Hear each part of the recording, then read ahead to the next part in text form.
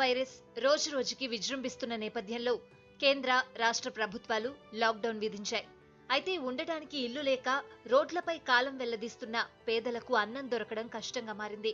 బుక్కెడు బువ్వ కోసం ఎదురు చూస్తున్న అనాథలకు, రోడ్ల మీద ఉంటున్న వారికి అన్నం పెడుతూ పలువురికి ఆదర్శంగా నిలుస్తున్నాడు పెద్దపల్లి జిల్లా పెద్ద బొంకూరు గ్రామానికి చెందిన సంపత్.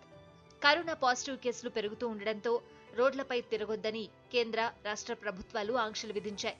దీంతో భిక్షాటన చేస్తూ జీవనం సాగిస్తున్న వారికి అన్నం దొరకక ఆకలితో అలమటిస్తున్నారు.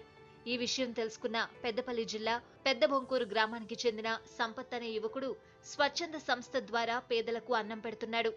4 రోజులుగా నిత్యం ఉదయం, సాయంత్రం వేళలో రైల్వే స్టేషన్, బస్టాండ్లలో అన్నం కోసం ఎదురు చూస్తున్న వారికి భోజనం పెడుతున్నాడు. ఆకలితో ఉన్న పేదలకు తన వంతు సహాయం చేయాలనే ఉద్దేశంతో ఇలా చేస్తున్నట్లు చెప్తున్నాడు.